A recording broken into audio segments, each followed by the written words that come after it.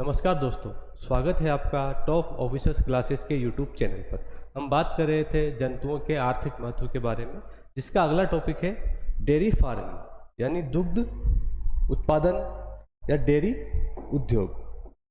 तो देखिए डेयरी उद्योग क्या होता है, इससे संबंधित कुछ तथ्य। ये भी क्या होता है, जंतुओं के आर्थिक महत्व में आता है कि दूध होता है वो जंतुओं से प्राप्त होता है, इनसे जो बने उत्पाद होते हैं इनका आर्थिक महत्व होता है। तो देखिए डेयरी उद्योग क्या होता है, दुग्ध उत्पादन की दृष्टि से जो भैंसें होती हैं वो अधिक महत्वपूर्ण मानी जाती है। क्यों मानी जाती है कि जो भैंसें होती हैं वो अत्यधिक मात्रा में दूध देती है और सबसे जो ज़्यादा जो वसा होती है वो जो होती है भैंस के दूध में ही पाई जाती है।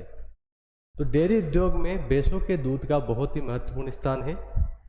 दूध उत्पादन या डेयरी किसे कहते हैं, तो इस भाग में मवेशी की नस्लों, उपलब्धता, रोग प्रबंधन, चारा प्रबंधन, बछड़ा प्रबंधन, डेयरी आदि से संबंधित मशीनरी के चयन सहित डेयरी के वैज्ञानिक प्रबंधन की जानकारी को प्रस्तुत की जाती है।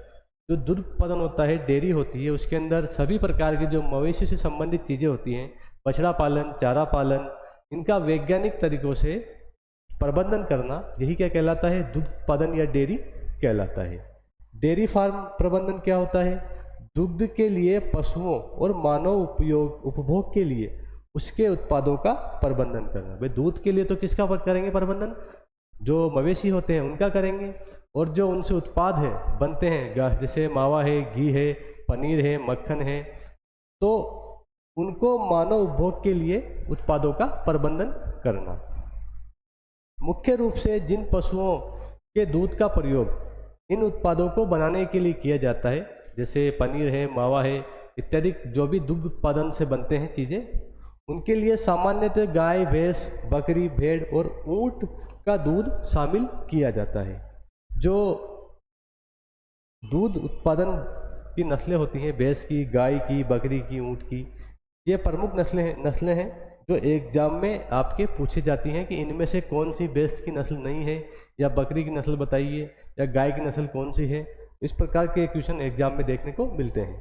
तो जो प्रमुख नस्लें हैं, देखिए भैंस की प्रमुख नस्ल जाफराबादी, मुरा, सुरती, भदावरी और मेहसाना, ये भैंस की प्रमुख नस्लें हैं। गाय की प्रमुख नस्ल देखिए गिर, साहिवाल, सिंध, देवकी और हरियाणा। जो गिर होती है, गिर जो नस्ल है गाय की, वो सबसे अधिक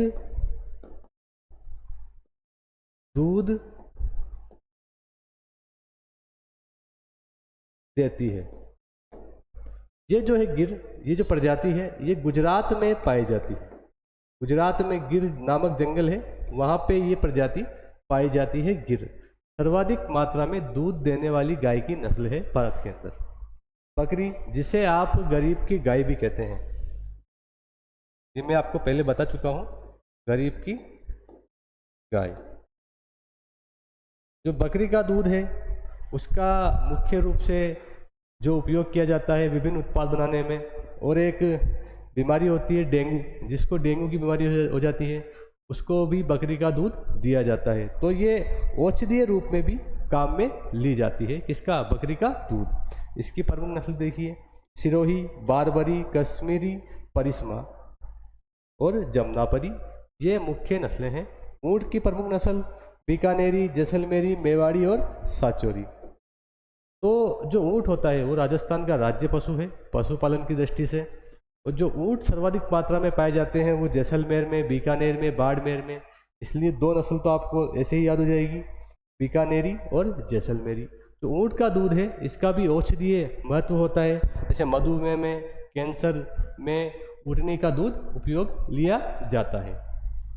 आगे देखिए, भारतीय डेयरी बाजार को दुनिया का सबसे बड़ा बाजार और सबसे तेजी से बढ़ने वाला बाजार माना जाता है। क्यों माना जाता है, क्योंकि जो भारत देश है वो दुग्ध उत्पादन में प्रथम स्थान रखता है।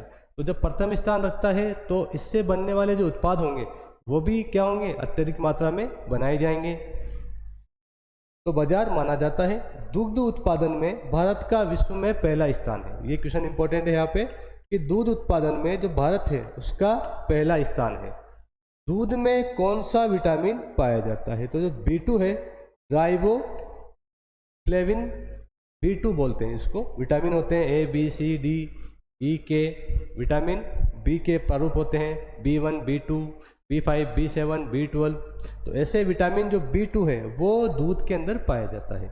दूध में कौन सी शर्करा पाई जाती है? अब शर्करा की बात करें, जिसके कारण जो दूध है उसका स्वाद आता है। तो शर्करा क्या होती है? मीठी होती है।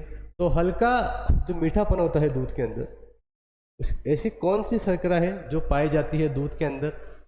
वो होती है लैक्टोज शर्करा, जिसका जो फॉर्मूला होता है C12H22O11।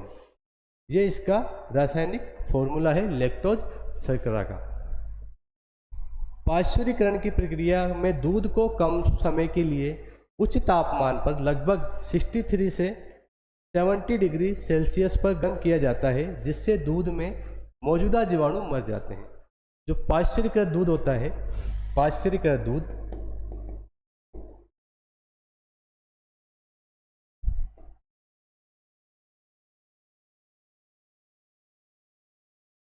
तो इसको लगभग 63 डिग्री से लेकर 70 डिग्री सेंटीग्रेड पर बार बार गर्म करके ठंडा किया जाता है।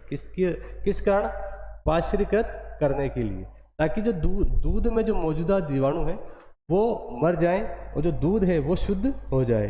जो आप दूध की थैली लाते हैं वो पाश्चुरीकृत दूध ही आता है, जिसको बार बार ठंडा करके गर्म किया जाता है, फिर ठंडा किया जाता है, उसके बाद थैलियों में भरा जाता है। तो ये जो था ये डेयरी फार्मिंग से संबंधित कुछ तथ्य थे। आगे देखिए, अब आता है ऊन उद्योग। ऊन का भी क्या होता है? आर्थिक महत्व होता है। ऊन होती है, उससे भी क्या होती है? अर्निंग होती है। तो ऊन उद्योग के बारे में निम्न तथ्य देखिए। ऊन उद्योग, उत्तरी भारत, जो उत्तरी भारत के राज्य हैं जहाँ पर ऊन प्राप्त करने के लिए अत्यधिक मात्रा में भेड़ें पाली जाती हैं। जो भेड़ें हैं उनका दोहरा लाभ होता है, ऊन के लिए भी होता है, मांस के लिए भी होता है। विश्व में सबसे लोकप्रिय जो ऊनी भेड़ की नस्ल है वो मेरिनो है। ये एग्जाम्पल इम्पोर्टेंट है यहाँ पे कि जो विश्व में सबसे लोकप्रिय ऊनी नस्ल होती है वो है मेरिनो। और इसी प्रकार का एक क्वेश्चन एग्जाम में आता है कि भारत की मेरिनो किसे कहा जाता है? तो वो कहा जाता है चोकला भेड़ को। जो चोकला भेड़ है, जो भेड़ की एक प्रजाति होती है चोकला भेड़, जो उसकी ऊन है वो भी उत्कृष्ट प्रकार की होती है। तो ये भारत में पाई जाती है, इसलिए इसको भारत की मेरिनो कहा जाता है। भेड़ की जो प्रमुख नस्लें हैं वो लोई है, नली है, मारवाड़ी और पाटनवाड़ी है। ये एक इम्पॉर्टेंट नोट है, इसको आप नोट कर लीजिएगा। ये एग्जाम में अधिकांश बार क्वेश्चन पूछा जाता है यहाँ से कि केंद्रीय भेड़ एवं ऊन अनुसंधान संस्था कहाँ पर है? तो ये अविका नगर में है, जो मालपुरा है अब वो डिस्ट्रिक्ट बन चुका है। और ये किसके पहले आता था? टोंक के अंतर्गत। तो अविका नगर जो है केंद्रीय भेड़ ऊन अनुसंधान संस्था है। ये क्वेश्चन अधिकांश बार एग्जाम में आता है। इसकी स्थापना हुई थी 1962 में। या तो पूछेगा कि कहाँ पर स्थित है या फिर स्थापना कब हुई? 1962 के अंदर। तो ये दोनों ही तथ्य इम्पोर्टेंट है। राष्ट्रीय बकरी अनुसंधान संस्था है मखदूम में। मखदूम कहाँ है? उत्तर प्रदेश में। जो भेड़ अनुसंधान है वो तो कहाँ है? अविका नगर में। और जो बकरी है वो कहाँ है अनुसंधान केंद्र? मखदूम, उत्तर प्रदेश में। तो ये आर्थिक महत्व से संबंधित दो टॉपिक थे आज के अपने, डेयरी उद्योग और ऊन उद्योग। आगामी जो कक्षाएं हैं उनमें हम आगे टॉपिक के बारे में बात करेंगे। धन्यवाद।